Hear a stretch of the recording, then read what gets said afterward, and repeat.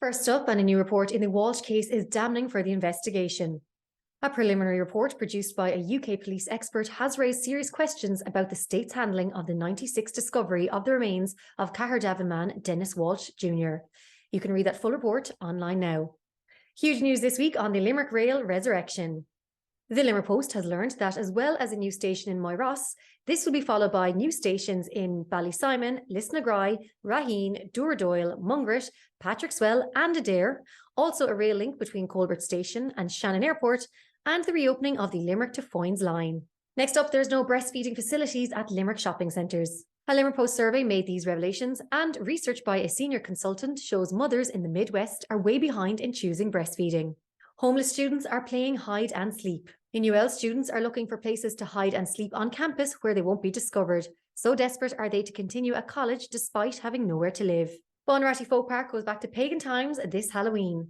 Focusing on old Halloween traditions and a few modern twists associated with this time of year, visitors are invited to come and experience Samhain from October 29th to November 2nd.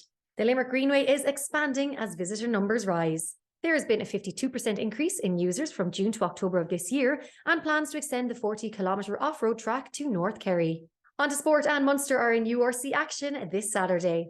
They travel to the Aviva Stadium to take on Leinster at 5:15 p.m.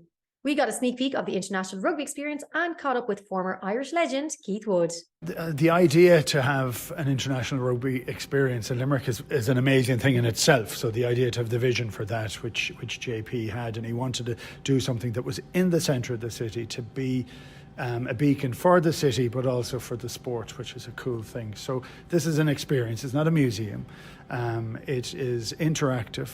I won't go into too much detail because we want people to be able to come in and see it and experience it in its full element, but it's fully immersive. On to entertainment news, and the play Pigtown launched in JJ Bowles this week. Written by Mike Finn, this Limerick show will take to the stage in the Limetree Theatre from November 9th to 12th. And finally, the Wild Youth Dolan's gig has been rescheduled. They take to the Warehouse stage on Wednesday, October 26th. For these stories and so much more, you can pick up the Limerick Post newspaper in your local newsagents now, or read it all online, limerickpost.ie.